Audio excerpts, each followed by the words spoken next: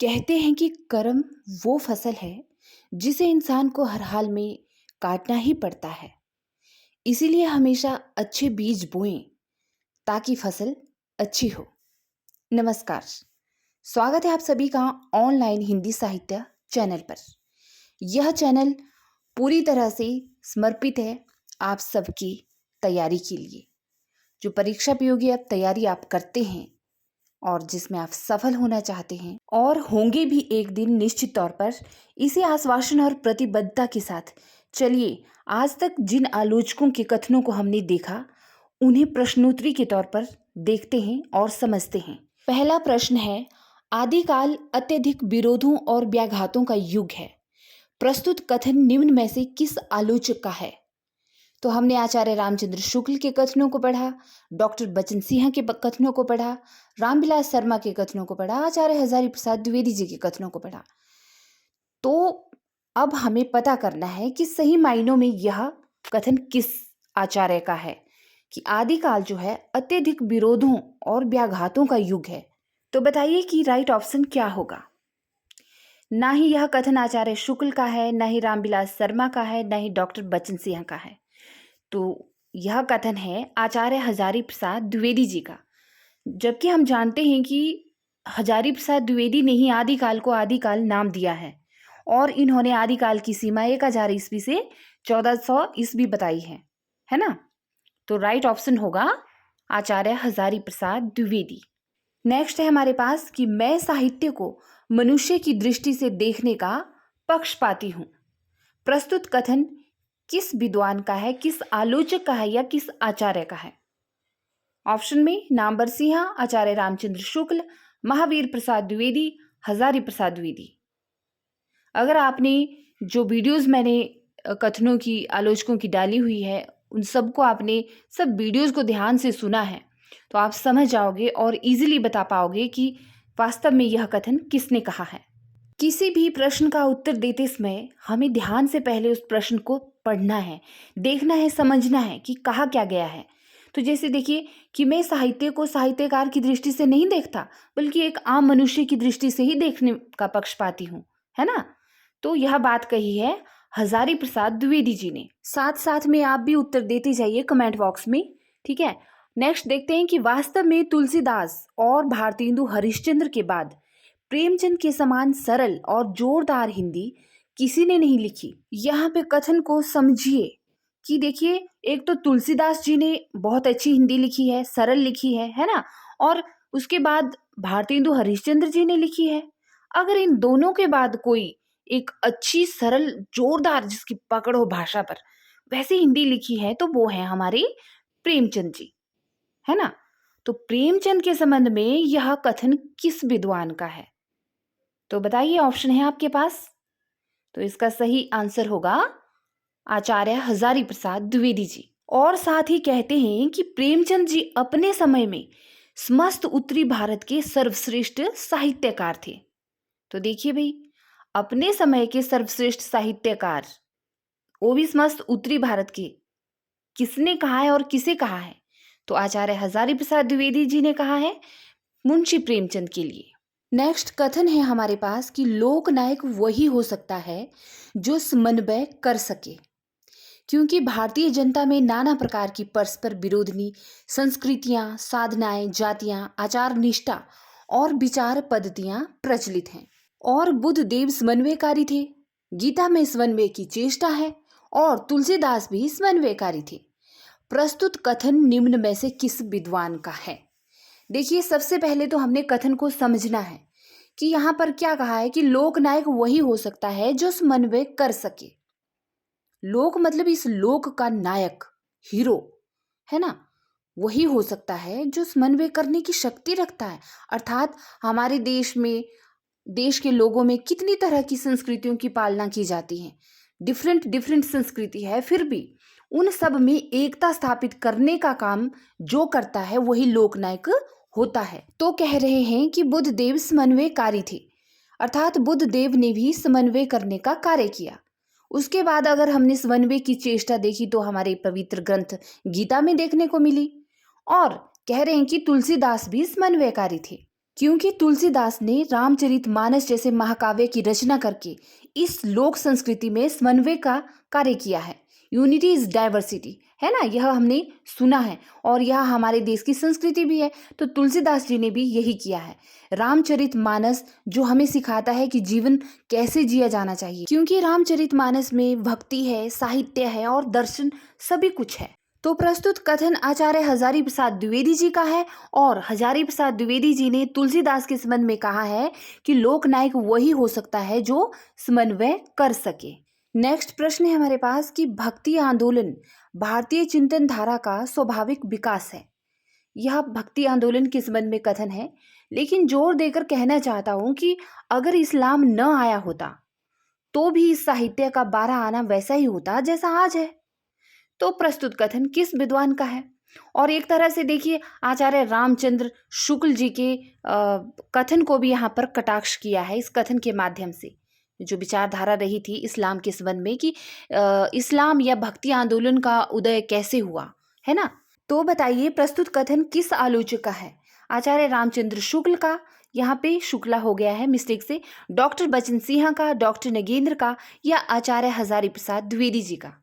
तो देखिए भक्ति आंदोलन के संबंध में जो भारतीय चिंतन धारा रही है भक्ति आंदोलन की, उसके संबंध में यह कथन है आचार्य हजारी प्रसाद द्विवेदी जी का।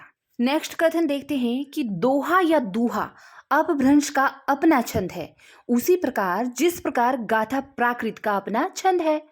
प्रस्तुत कथन किस विद्वान का है? बताइए। आप लोग भी साथ में कमेंट बॉक्स में लिखते रहिए, जो भी सबसे पहले आपके माइंड में आता है, जितना भी आपने आज तक पढ़ा है उसके अकॉर्डिंग, है ना। आचार्य रामचंद्र शुक्ल का है, आचार्य महावीर प्रसाद द्विवेदी जी का है, डॉक्टर बचन सिंह का है, या फिर आचार्य हजारी प्रसाद द्विवेदी जी का है। दोहा या दोहा, है ना, अपभ्रंश का अपना छंद है। किस तरह से भला? उसी तरह से जैसे गाथा जो है प्राकृत का अपना छंद है। तो भाई इस संबंध में यह बात कही है आचार्य हजारी प्रसाद द्विवेदी जी ने। नेक्स्ट है हमारे पास कि कहानी। देखिए कहानी के विषय में यह कथन है कि कहानी छोटे मुंह बड़ी बात करती है। बताइए प्रस्तुत कथन निम्न में से किस विद्वान का है? Doctor Ramvilas Sharma, doctor Gopal Rai, doctor Ramswaroop Chaturvedi, या डॉक्टर नामवर सिंह। कहानी के संबंध में है कथन कि कहानी क्या करती है? छोटे मुंह बड़ी बात करती है। तो यह कथन है आपके डॉक्टर नामवर सिंह का। उन्होंने ही कहानी के विषय में यह बात कही है। नेक्स्ट प्रश्न देखिए कि सच्चा कलाकार सौंदर्य की सृष्टि करने के लिए ही कला की साधना करता है। अपनी भावनाओं, मान्यताओं अथवा विचारों का प्रसार सच्चे कलाकार का उद्देश्य नहीं होता। प्रस्तुत कथन किस विद्वान का है? अब सच्चे कलाकार के संबंध में कहा गया है कि कलाकार जो क्रिएटर होता है ना, रचनाकार होता है ना, लेखक होता है ना, है ना, वो कैसा करता है कि सौंदर्य की सृष्टि करने के लिए ही अपनी कला की साधना करता है। कई बार वह अपनी भावनाओं को और जिन मान्यताओं को वह मानता है, जो विचार उसके अंदर होते हैं, उनको वह उस रचना में नहीं लाता। कई बार ऐसा होता है, वह अपनी भावनाओं और अपनी मान्यताओं को रचना के माध्यम से सबके समक्ष प्रस्तुत करना उसका उद्देश्य नहीं होता, बल्कि एक सौंदर्य स्थापित करना उसका उद्देश्य होता है। तो यह कथन किस आलोचक का है? बताइए क्या आ रहा है आपकी समझ में कि किसका हो सकता है? तो यह कथन है डॉक्टर नगेंद्र का। नेक्स्ट देखिए, कविता अर्थ भी नहीं है, कविता कविता भी नहीं है, कविता अकविता है। ये सब आस्थाहीन चिंतन के चमत्कार हैं जो बाल मनोवृत्ति के लोगों को ही आकृष्ट कर सकते हैं। भाई देखिए कविता के संबंध में प्रस्तुत कथन किसका है? हजारी प्रसाद द्विवेदी का हो सकता है, या डॉक्टर बचन सिंह का हो सकता है, या आचार्य शुक्ल का हो सकता है, या फिर नगेंद्र का हो सकता है। जी हाँ, आपने सही पहचाना, यह कथन डॉक्टर नगेंद्र का ही है। आगे देखिए कि छायावाद स्थूल के प्रति सूक्ष्म का विद्रोह है। वह एक विशेष प्रकार की भाव पद्धति है और जीवन के प्रति विशेष प्रकार का भावनात्मक दृष्टिकोण भी है। प्रस्तुत कथन किसका है? आचार्य शुक्ल का, डॉक्टर बचन सिंह का, हजारी प्रसाद द्विवेदी जी का, या फिर डॉक्टर नगेंद्र का। तो डॉक्टर नगेंद्र ने ही छायावाद को स्थूल के प्रति सूक्ष्म का विद्रोह माना है। तो इस तरह से हमारे पास राइट ऑप्शन हुआ डॉक्टर नगेंद्र। चलिए आगे देखते हैं कि प्रयोगवाद शैलीगत विद्रोह है। प्रस्तुत कथन निम्न में से किस विद्वान का है? देखिए भाई, छायावाद को तो स्थूल के प्रति सूक्ष्म का विद्रोह माना, है ना। फिर प्रयोगवाद की अगर बात की जाए तो प्रयोगवाद को इन्होंने शैलीगत विद्रोह मान लिया। तो बताइए, इसका भी आंसर होगा डॉक्टर नगेंद्र। इन्होंने हर एक वाद के प्रति अपने मत प्रस्तुत किए हैं। नेक्स्ट प्रश्न देखते हैं कि साधारणीकरण जो है कवि की अनुभूति है। प्रस्तुत कथन किस विद्वान का है? डॉक्टर नगेंद्र का, डॉक्टर बचन सिंह का, डॉक्टर रामविलास शर्मा, डॉक्टर नामवर सिंह। तो हमने बारी बारी से सभी आलोचकों को पढ़ा है, इनके कथनों को, इनकी साहित्यिक दृष्टि को समझा है, सुना है। तो अब हमें पता होना चाहिए कि साधारणीकरण के विषय में यह किसने कहा है कि साधारणीकरण जो है कवि की अनुभूति है। बताइए क्या ऑप्शन होगा इसका राइट? तो डॉक्टर नगेंद्र ने ही साधारणीकरण के विषय में यह कहा है। नेक्स्ट है हमारे पास कि काव्य आत्माभिव्यक्ति है। जी हाँ, कि काव्य, जितना भी तरह का काव्य रचा जाता है, लिखा जाता है, वह क्या है? एक साहित्यकार की, एक कवि की आत्म अभिव्यक्ति है। तो बताइए, काव्य के संबंध में यह कथन किसका हो सकता है? डॉक्टर नगेंद्र का, आचार्य शुक्ल का, बचन सिंह का या फिर नामवर सिंह का? तो काव्य को आत्मा की अभिव्यक्ति माना है डॉक्टर नगेंद्र ने। नेक्स्ट कथन काव्य के ही संबंध में है कि काव्य के पठन द्वारा पाठक या श्रोता के भाव का सामान्य भूमि पर पहुंच जाना ही साधारणीकरण है। अब देखिए, समझिए कि हम जब किसी काव्य को सुनते हैं, पढ़ते हैं, तो हम क्या हो जाते हैं? रसलीन हो जाते हैं, रसमगन हो जाते हैं। हमें लगता है कि प्रस्तुत काव्य में जो है, जिसका हम अध्ययन कर रहे हैं, मनन कर रहे हैं, चिंतन कर रहे हैं, सुन रहे हैं, ऐसा लगता है कि इसमें हमारे बारे में ही कहा गया हो। तो एक तरह से जो श्रोता होता है ना, और पाठक होता है, वह क्या होता है? साधारणीकरण की सतह तक पहुंच जाता है, अपने आप को उसमें रमा लेता है। तो यह कथन है डॉक्टर बच्चन का? नहीं नहीं। शुक्ल का? नहीं, शुक्ल का भी नहीं है। तो फिर बचते हैं नगेंद्र और द्विवेदी। तो हजारी प्रसाद द्विवेदी का होगा? जी नहीं, हजारी प्रसाद द्विवेदी का भी नहीं है। यह कथन है डॉक्टर नगेंद्र का। नेक्स्ट कथन है हमारे पास कि मानव चेतना के विकास का महाकाव्य है कामायनी। अब बताइए भाई, कामायनी किसकी रचना है? सबने जाना है, सबने पढ़ा है कि कामायनी जो है जयशंकर प्रसाद की रचना है। और कामायनी के विषय में सभी विद्वानों की, अलग अलग विद्वानों की अलग अलग तरह के मत भी हैं, है ना। लेकिन लेकिन लेकिन लेकिन कामायनी को मानव चेतना के विकास का महाकाव्य जिस विद्वान ने कहा है, वह है कौन भला? डॉक्टर नगेंद्र। नेक्स्ट देखिए, सौंदर्य कोई निरपेक्ष वस्तु नहीं है, उसका निर्माण भी तो कलाकार की अपनी भावना और धारणाओं के आधार पर ही होता है। सौंदर्य के विषय में यह बात कही गई है कि अगर हम किसी भी कृति को रचित करते हैं, है ना, तो उसमें सौंदर्य जो होता है अपना एक विशेष महत्व तो रखता ही है। तो वह कोई अलग से उसको थोपा नहीं जाता है, कोई अलग वस्तु नहीं है सौंदर्य का होना। वह, उसका निर्माण भी तो एक कलाकार के द्वारा ही करता है। कलाकार अगर अपनी रचना को सुंदर बनाता है तो अपनी भावना और धारणाओं के आधार पर ही वो ऐसा करता है ना। तो प्रस्तुत कथन है आपका आचार्य शुक्ल का। अरे नहीं, नामवर सिंह का नहीं। यह ना बच्चन का है, ना शुक्ल का है, ना नामवर सिंह का है, बल्कि यह कथन कहा है डॉक्टर नगेंद्र ने। ठीक है, कि सौंदर्य कोई निरपेक्ष वस्तु नहीं है, बल्कि उसका निर्माण भी कलाकार की भावनाओं और धारणाओं के आधार पर ही कलाकार करता है। नेक्स्ट देखिए, मैं फ्राइड दर्शन को एकांगी और उसके आधारभूत अनेक नियुक्तियों को दुरारूढ़ और अविश्वसनीय मानता हूँ। काम जीवन का मुख्य अंग है पर सर्वांग नहीं है। प्रस्तुत कथन किस आलोचक का है?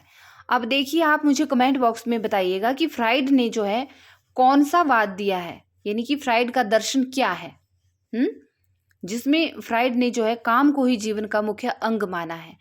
तो आप कमेंट बॉक्स में लिखिएगा। लेकिन प्रस्तुत कथन में फ्राइड के इस मत का खंडन किया है, इसका विरोध किया है, तो वह विरोध करने वाले कौन हैं? तो फ्राइड दर्शन को एकांगी, दुरारूढ़ और अविश्वसनीय माना है हिंदी आलोचक डॉक्टर नगेंद्र ने, और कहा है कि काम जीवन का मुख्य अंग हो सकता है किंतु सर्वांग नहीं हो सकता। चलिए नेक्स्ट है हमारे पास कि काव्य बिंब शब्दार्थ के माध्यम से कल्पना द्वारा निर्मित एक ऐसी मानस उक्ति है जिसमें मूल भाव की प्रेरणा रहती है। बताइए प्रस्तुत कथन किस आलोचक का है या किस विद्वान का है? देखिए, जब कोई कवि किसी काव्य की रचना करता है ना, तो उस रचना को सजाने के लिए वह कई बिंबों का सहारा लेता है, कई प्रतीकों का सहारा लेता है अपनी कल्पनाओं के द्वारा। तो यह काव्य बिंब जो उसकी कल्पना में आते हैं, मन मस्तिष्क में आते हैं, तो बोलते हैं ये एक मानस उक्ति ही है, जिसमें क्या रहता है, मूल भाव की प्रेरणा रहती है। जो काव्य बिंब होते हैं ना, वो एक कवि को प्रेरित करते हैं कि उस रचना को किस तरह से, काव्य को, उसको सुंदर बनाया जाए, है ना। तो प्रस्तुत कथन है आपके डॉक्टर नगेंद्र का। नेक्स्ट है हमारे पास, साहित्य रचना वास्तव में मिथक रचना ही है। तो साहित्य को एक मिथक रचना, झूठी रचना किसने माना है? डॉक्टर बच्चन ने, क्या डॉक्टर नामवर सिंह ने, या रामविलास शर्मा ने, या फिर डॉक्टर नगेंद्र ने? तो साहित्य रचना को वास्तव में मिथक रचना माना है डॉक्टर नगेंद्र ने। नेक्स्ट प्रश्न है हमारे पास कि प्रगतिवाद समाजवाद की ही साहित्यिक अभिव्यक्ति है। प्रगतिवाद को समाजवाद की साहित्यिक अभिव्यक्ति किस विद्वान ने माना है? डॉक्टर गोपाल राय ने, डॉक्टर नामवर सिंह ने, डॉक्टर बच्चन सिंह ने, या फिर डॉक्टर नगेंद्र ने? तो इसका राइट ऑप्शन होगा डॉक्टर नगेंद्र, क्योंकि डॉक्टर नगेंद्र के अनुसार जो है प्रगतिवाद क्या है, समाजवाद की ही एक साहित्यिक अभिव्यक्ति है। चलिए आगे का कथन या प्रश्न देखते हैं कि साहित्य के इतिहास को साहित्यिक बनाए रखना इतिहासकार का केंद्रीय धर्म है। इसके लिए शुक्ल जी से सीखा जा सकता है। प्रस्तुत कथन किस विद्वान का है? क्या डॉक्टर गोपाल राय का है, क्या डॉक्टर रामविलास शर्मा का है, डॉक्टर नामवर सिंह का है, या फिर डॉक्टर बच्चन सिंह का है? बताइए। साहित्य के इतिहास को साहित्यिक बनाए रखना जो है इतिहासकार का क्या है, केंद्रीय धर्म है। और यह बात आप आचार्य रामचंद्र शुक्ल जी से सीख सकते हैं। तो ऐसा मानना रहा है आपके डॉक्टर बच्चन सिंह का। नेक्स्ट देखिए कि भक्ति काल को शुक्ल जी ने एक ढंग से पढ़ा और द्विवेदी जी ने दूसरे ढंग से, अर्थात अपने अपने तरीके से, अपने अपने नजरिए से उन्होंने भक्ति काल को पढ़ा और लिखा। अगर आज के परिवेश की बात करें जो कि अंतर्राष्ट्रीय हलचलों से जुड़ गया है, तो इस काल को नए सिरे से पढ़ने की जरूरत है। तो भक्ति काल के संबंध में यह महत्वपूर्ण कथन किस आलोचक का है? डॉक्टर रामविलास शर्मा का है, डॉक्टर नामवर सिंह का है, डॉक्टर गोपाल राय का है, या फिर डॉक्टर बच्चन सिंह का है? तो भक्ति काल के परिप्रेक्ष्य में यह कथन है जो बहुत इंपॉर्टेंट स्थान भी रखता है। किसका? डॉक्टर बच्चन सिंह का। मैं एक महत्वपूर्ण बात आपको बता दूं साथी कि बीते कुछ वर्षों से डॉक्टर बच्चन सिंह के कथनों को लगातार पूछा जा रहा है, ज़्यादातर संख्या में। तो बहुत इंपॉर्टेंट हो जाते हैं हमारे डॉक्टर बच्चन सिंह जी, जिन्होंने हिंदी साहित्य का दूसरा इतिहास नामक साहित्यिक ग्रंथ लिखा है। नेक्स्ट देखिए कि जिन लोगों को आचार्य शुक्ल के हिंदी साहित्य का इतिहास के आगे कुछ नहीं सुझाई पड़ता, उन्हें अपनी आंखों का इलाज कराना चाहिए। तो देखिए इतनी बड़ी बात कही है आचार्य शुक्ल, जो एक प्रतिष्ठित, एक उच्च कोटि के साहित्यकार हैं, निबंधकार हैं, आलोचक हैं। तो उनके मत का खंडन किया गया है यहाँ पे। तो हमने जानना है कि किसने यह बात कही है। क्या हजारी प्रसाद द्विवेदी ने, क्या नामवर सिंह ने, क्या डॉक्टर नगेंद्र ने, या फिर डॉक्टर बच्चन सिंह ने? तो इसका राइट ऑप्शन होगा डॉक्टर बच्चन सिंह। तो इन्होंने ऐसा क्यों कहा होगा, यह प्रश्न बनता है। तो बच्चन सिंह ने ऐसा इसीलिए कहा होगा कि जो लोग जो हैं एक ही साहित्य को लेकर बैठे होते हैं या उसी को सर्वोपरि मानते हैं, तो इनका कहने का मतलब ये था कि और भी साहित्यिक ग्रंथ हैं जो रचे गए हैं हिंदी साहित्य को लेकर, तो उनको भी पढ़िए और एक नए तरीके से आज के परिवेश के हिसाब से उनको पढ़िए और समझिए और जानने का प्रयास कीजिए कि किन परिस्थितियों में वो साहित्य रचा गया है। नेक्स्ट कथन है हमारे पास कि आरंभ में ही कह दूं कि न तो आचार्य रामचंद्र शुक्ल के हिंदी साहित्य का इतिहास को लेकर दूसरा नया इतिहास लिखा जा सकता है और न ही उसे छोड़कर। तो देखिए जैसे हमने देखा ना कि अगर आचार्य रामचंद्र शुक्ल के मत का खंडन करने की कोई हिम्मत रखता है तो उनकी खुले दिल से प्रशंसा करने की हिम्मत भी रख सकता है। तो ऐसे धाकड़ और प्रसिद्ध विद्वान है हमारे डॉक्टर बच्चन सिंह, जिन्होंने यह कहा है कि देखिए भाई, अगर आप इतिहास लिखना चाहते हैं हिंदी साहित्य का तो लिखिए, लेकिन आपको सबसे पहले जो है आचार्य शुक्ल का इतिहास ग्रंथ पढ़ना होगा, क्योंकि उसको पढ़े बगैर आप दूसरा इतिहास ग्रंथ लिखने की चेष्टा करेंगे तो आपको आचार्य शुक्ल का इतिहास ग्रंथ पढ़ना ही पड़ेगा। और यह बात लिखी है बच्चन सिंह ने हिंदी साहित्य का दूसरा इतिहास की भूमिका में। नेक्स्ट कथन है हमारे पास, आदिकाल नाम भ्रामक है, इससे बाबा आदम के ज़माने का आभास होता है। देखिए आदिकाल के संबंध में भी इतनी बड़ी बात कह दी है कि जो हिंदी साहित्य का शुरुआती समय है जिसको कि आदिकाल का नाम दिया है समस्त विचारकों ने, है ना? और उसी को सटीक भी माना है। लेकिन ऐसे कौन से विद्वान हैं जिन्होंने इसको सही नहीं माना? यानी कि उनको लगता है कि आदिकाल नाम कुछ भ्रामक सा है, भ्रम उत्पन्न करने वाला है। ऐसा लगता है कि जो आदि मानव का समय है ना, बहुत पहले का, उसका आभास होता है इस नाम को सुनकर। तो बताइए कौन है ये? हजारी प्रसाद द्विवेदी हैं या डॉक्टर नगेंद्र हैं या शुक्ल हैं या फिर बचन सिंह हैं? तो सही उत्तर होगा डॉक्टर बचन सिंह, क्योंकि इन्हें ही जो है आदिकाल का नाम सुनकर बाबा आदम के जमाने का आभास होता है। नेक्स्ट देखते हैं कि अपभ्रंश साहित्य हिंदी साहित्य का समृद्ध रिक्त है। प्रस्तुत कथन निम्न में से किस विद्वान का है? हजारी प्रसाद द्विवेदी, डॉक्टर निगेंद्र आचार्य रामचंद्र शुक्ल या फिर डॉक्टर बचन सिंह? तो अपभ्रंश साहित्य को हिंदी साहित्य का समृद्ध रिक्त माना है डॉक्टर बचन सिंह ने। इंपॉर्टेंट पंक्ति है, याद रखिएगा। नेक्स्ट कथन देखिए भाई, दोहा जो है अपभ्रंश का खास छंद है। जिस तरह गाहा कहने से प्राकृत का बोध होता है, उसी प्रकार दूहा कहने से अपभ्रंश का बोध होता है। अपभ्रंश में वीर, श्रृंगार, नीति और धर्म परक दोहे मिलते हैं। हिंदी में दोनों का प्रयोग उन्हीं विषयों के लिए हुआ भी है। सोरठा भी दोहाबंद के अंतर्गत ही माना जाता है ना? तो प्रस्तुत कथन दोहों के संबंध में किस आलोचक का है? आचार्य रामचंद्र शुक्ल का, डॉक्टर नगेंद्र का, हजारी प्रसाद द्विवेदी जी का या फिर डॉक्टर बचन सिंह का? तो बताइए कि दोहे को अपभ्रंश का खास छंद किसने माना है और किसने यह कहा है कि गाहा कहने से प्राकृत का और दूहा कहने से अपभ्रंश का बोध होता है? तो इसका सही उत्तर होगा डॉक्टर बचन सिंह। आगे के कथन में साहित्य की भाषा को लेकर मत दिया गया है कि जो साहित्य की भाषा होती है ना, वो लोक भाषा से ही बनी होती है और लोक भाषा भी साहित्य से प्रभावित होती रहती है। दोनों में एक द्वंद्वात्मक संबंध होता है। तो प्रस्तुत मत किसका है या कथन किसका है? आचार्य शुक्ल का है, क्या डॉक्टर गोपाल राय का है, या डॉक्टर नगेंद्र का है, या फिर बचन सिंह का है? तो बताइए, कमेंट बॉक्स में आप भी लिखते रहिएगा सही उत्तर आपके हिसाब से कौन सा होना चाहिए। तो इसका सही उत्तर होगा डॉक्टर बचन सिंह ने, क्योंकि इन्हीं का मानना है कि साहित्य की जो भाषा होती है ना, वो कहीं ना कहीं लोक भाषा से ही बनती है। आगे का महत्वपूर्ण कथन देखिए कि आक्रोश की भाषा का पहला प्रयोग अगर किसी के साहित्य में दिखाई देता है तो वो सरहप्पा में दिखाई देता है। तो ऐसा मानना रहा है डॉक्टर बचन सिंह का, क्योंकि इन्होंने पाया कि सरहप्पा में जो है आक्रोश दिखाई देता है उनकी भाषा में, और वैसा ही आक्रोश ठीक बाद में कबीर में देखने को मिलता है, क्योंकि कबीर ने अपनी वाणी के जरिए जो है समाज के कुरीतियों पर तीखे प्रहार किए हैं।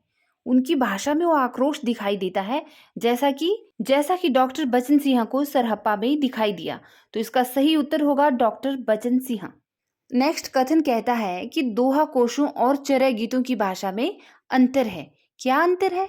क्योंकि दोहों की रचना जो हुई है वो परिनिष्ठित अपभ्रंश भाषा में हुई है और चरय पदों की रचना अवहट में हुई है। तो ऐसा किस विद्वान का मानना है भाई? आचार्य शुक्ल का मानना है क्या डॉक्टर नगेंद्र का मानना है, या फिर रामविलास शर्मा का मानना है, या फिर डॉक्टर बचन सिंह का मानना है ना? कि दोहा कोशों और चरय गीतों की भाषा में क्या है? अंतर है, क्योंकि दोनों की रचना जो है अलग अलग भाषाओं में हुई है। तो यह मानना है डॉक्टर बचन सिंह का। नेक्स्ट कथन कहता है स्वयंभू के बारे में कि स्वयंभू एक असाधारण कवि हैं। उनकी काव्य दृष्टि समुद्र की तरह गहरी और आकाश में प्रसारित मेघजाल की तरह व्यापक है। तो स्वयंभू के बारे में इतनी महान, इतनी विलक्षण बात किसने कही होगी? क्या आचार्य शुक्ल ने कही होगी, या डॉक्टर नगेंद्र ने कही होगी, या फिर हजारी प्रसाद द्विवेदी जी ने कही होगी, या डॉक्टर बचन सिंह ने कही होगी? आप बताइए, जल्दी से कमेंट बॉक्स में लिखिए कि स्वयंभू को असाधारण कवि किसने माना है। उनकी जो काव्य लिखने की दृष्टि थी ना, वह समुद्र की तरह गहरी थी और आकाश में जैसे मेघों का जाल छाया होता है, ठीक उसी तरह स्वयंभू के काव्य में वह प्रसार दिखाई देता है, वह व्यापकता दिखाई देती है। तो प्रस्तुत कथन है डॉक्टर बचन सिंह का। साथ में एक बात कहना चाहूँगी कि प्लेलिस्ट में सारी वीडियोस पड़ी हैं, आप वन बाय वन करके उनको देखें और समझें, तभी आप अच्छे से इस प्रश्न उत्तरी को हल कर पाएंगे। क्योंकि बीच से लिया हुआ ज्ञान अक्सर रुकावट पैदा करता है हमारी समझने की क्षमता में। तो इसीलिए शुरू से शुरू करें और शुरू से समझे और सुने। चलिए आगे देखते हैं। अप्रूप के कवि विद्यापति। विद्यापति का प्रेम न तो रोमांटिकों की तरह वायवीय है और न भक्तों की तरह दिव्य है। वे अप्रूप के कवि हैं।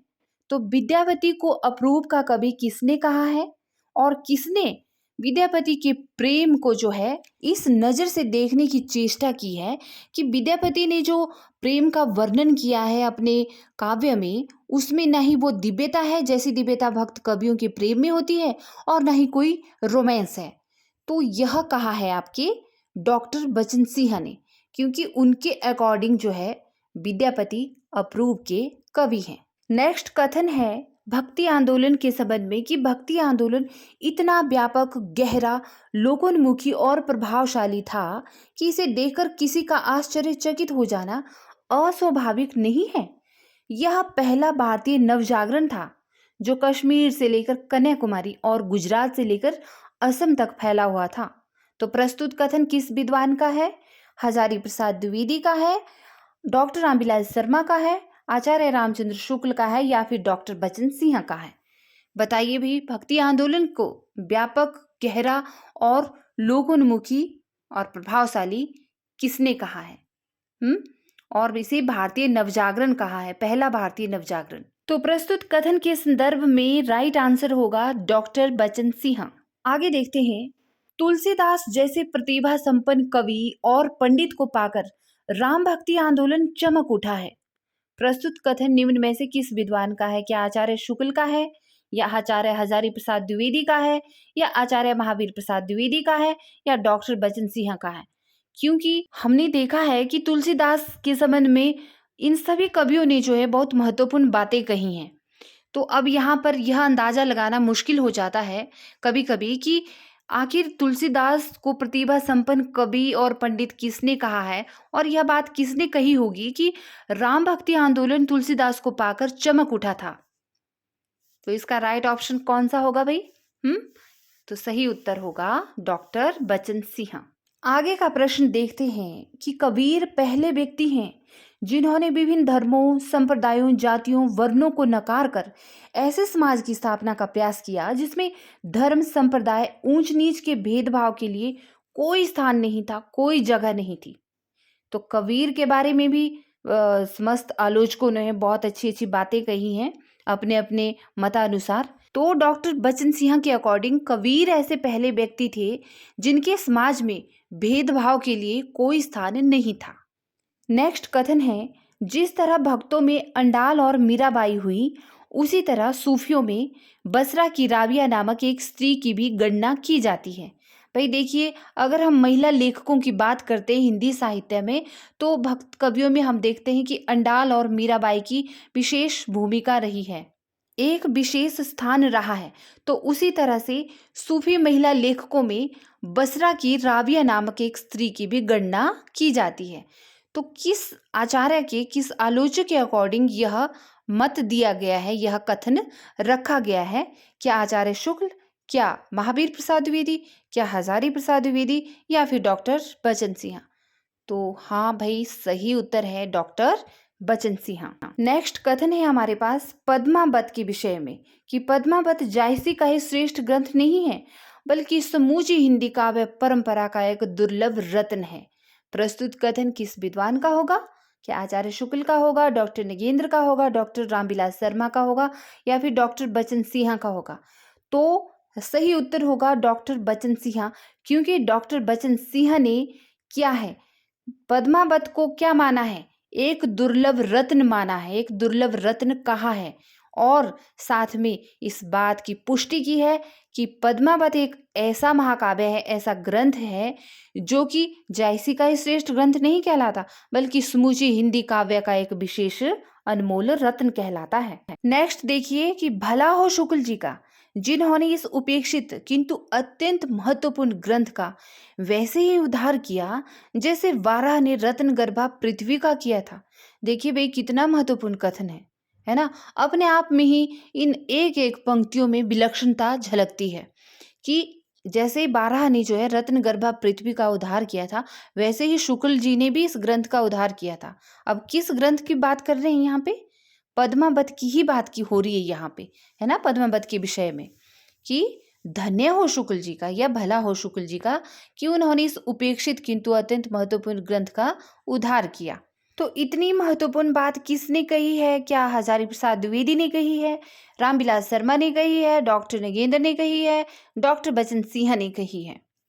तो आप लोगों ने सही पहचाना कि यह बात कही है डॉक्टर बचन सिंह ने। नेक्स्ट प्रश्न को लेते हैं कथन के तौर पर कि जीवन के विरुद्ध मृत्यु और मृत्यु के विरुद्ध जीवन के संघर्ष का नाम है पद्मावत।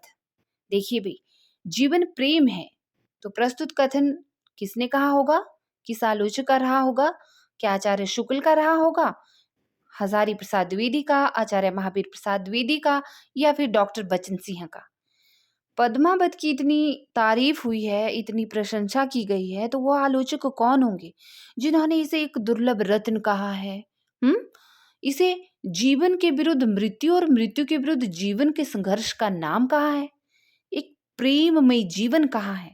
तो इतने प्रसिद्ध और इतने विलक्षण कथन कहने वाले आलोचक कोई और नहीं बल्कि डॉक्टर बचन सिंह हैं, जिन्होंने हिंदी साहित्य का दूसरा इतिहास ग्रंथ लिखा है और उसी में ये बातें कही गई हैं। नेक्स्ट देखिए कि यदि भी हिंदी भक्ति साहित्य का शुभारंभ निर्गुण भक्ति से होता है, पर सगुण भक्ति परंपरा उससे कहीं अधिक पुरानी है, तो यह मत रहा है आपके किस विद्वान का रहा होगा?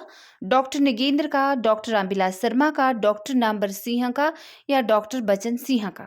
तो राइट ऑप्शन होगा डॉक्टर बचन सिंह, क्योंकि इनके अकॉर्डिंग जो है सगुण भक्ति परंपरा निर्गुण भक्ति परंपरा से कहीं अधिक पुरानी है। नेक्स्ट कथन है कि कृष्ण भक्ति आंदोलन की विशालता और व्यापकता देखते हुए आश्चर्य होता है। देश का कोई कोना ऐसा नहीं बचा जहां इसकी लहर न पहुंची हो। संभवतः स्वच्छंदता की भावना ने इसके प्रसार में सबसे अधिक मदद की है। प्रस्तुत कथन है आपका सही उत्तर है डॉक्टर बचन सिंह।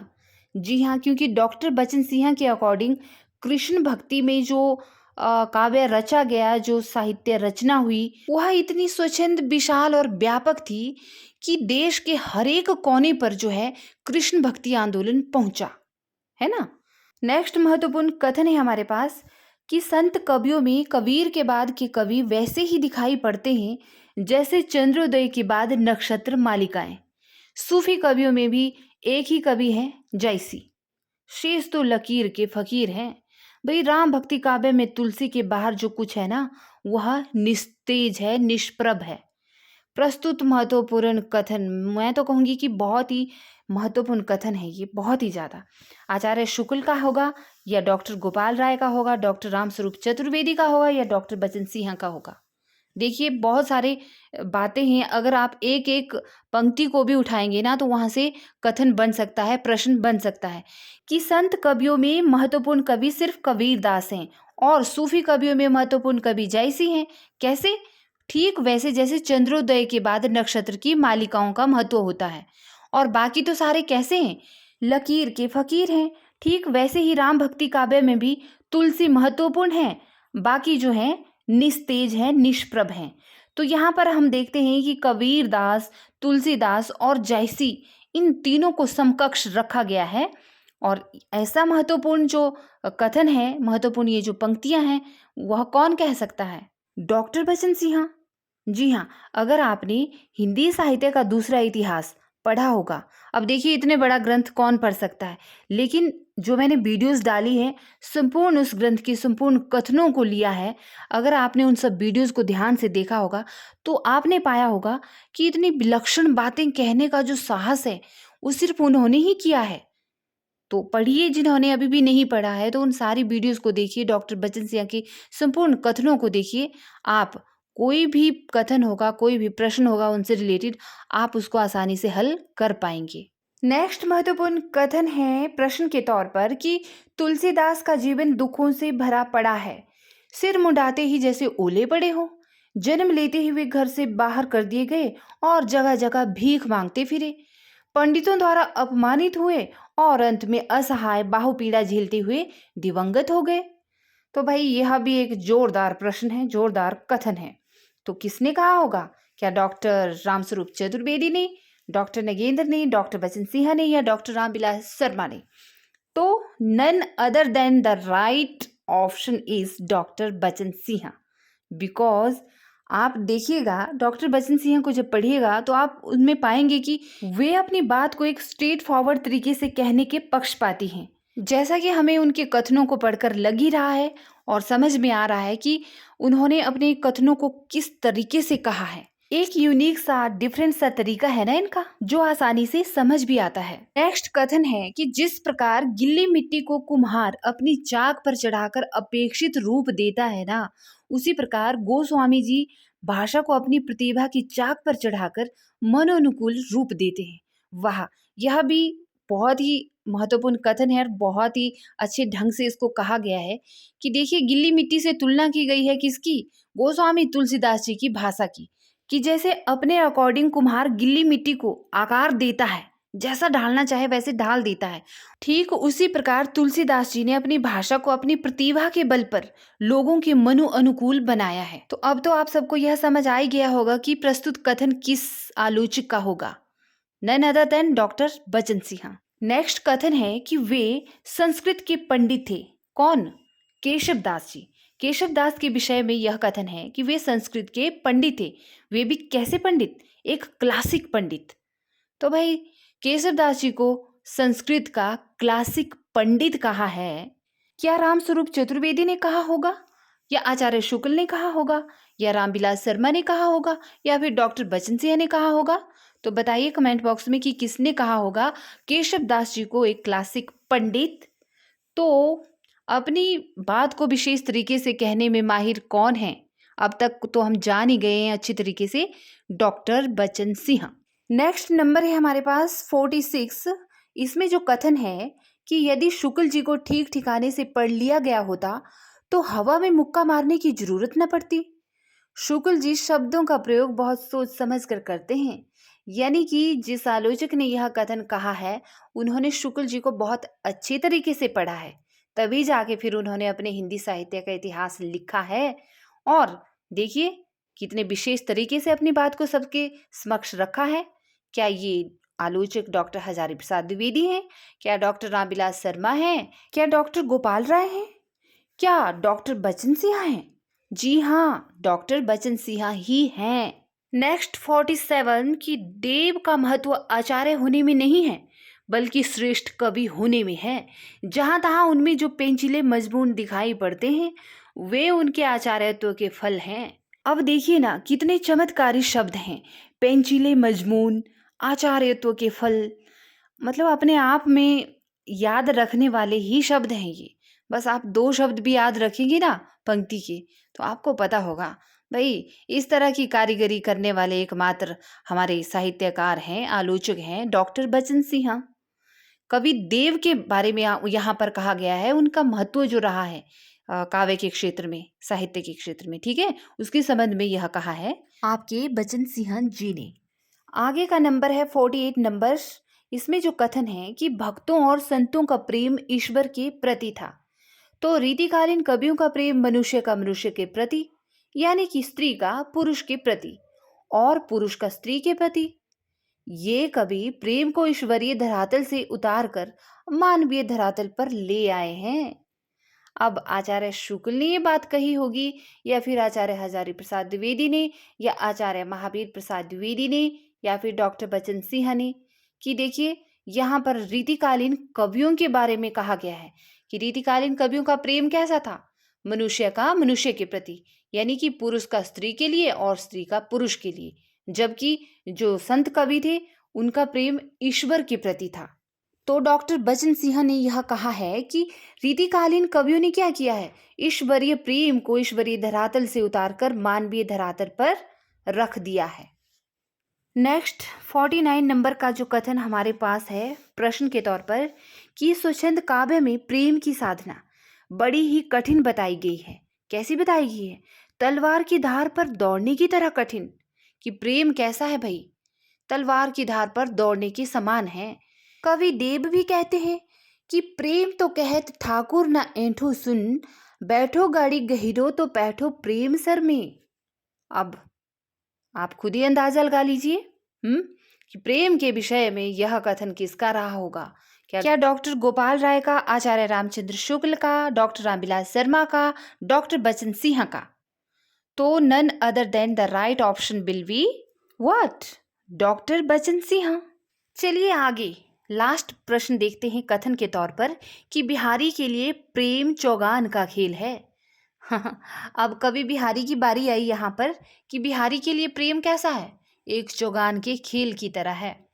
तो भाई मैं बता ही देती हूँ कि डॉक्टर बचन सिंह ने ही यह कहा है बिहारी दास के संबंध में।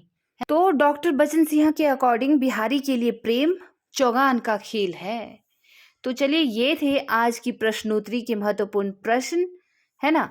और आप सबसे दोबारा से कहना चाहूँगी कि वीडियोस को पूरा देखें और कमेंट बॉक्स में अपनी राय भी देते रहिएगा। और हाँ, इससे पहले कि आप प्रश्नोत्तरी को हल करें, इससे पहले जिन भी व्यूअर्स ने तमाम वीडियोस नहीं देखी हैं, कृपया बारी बारी करके देखिए। ऐसा नहीं है कि आपको इसके लिए समय अलग से निकालना है, आप काम करते वक्त भी वीडियोस को प्ले करके सुन सकते हैं, है ना। और इस तरह से जब आप खाना खाते हैं तब भी वीडियोस को प्ले करके सुन सकते हैं। अब वही बात आ जाती है ना कि जो पढ़ेगा वो बढ़ेगा। अब आप कैसे भी समय निकालिए, ये आप पे डिपेंड करता है। मैं तो जस्ट एक आपको एग्जांपल दे रही थी कि अक्सर मेरा तरीका भी यही होता था कि मैं जब बिस्तर पर जाती थी तब भी वीडियोस को प्ले करके सुनती थी, या काम करते वक्त भी, है ना। जो भी हमारे काम रहते हैं, गृहिणियों के लिए खासकर यह संदेश है। और नो डाउट यह वीडियो तो हिंदी साहित्य के सभी विद्यार्थियों के लिए है ही। तो चलिए इसी के साथ अपनी वाणी को विराम देती हूँ और मिलती हूँ आपके साथ नेक्स्ट सीरीज में।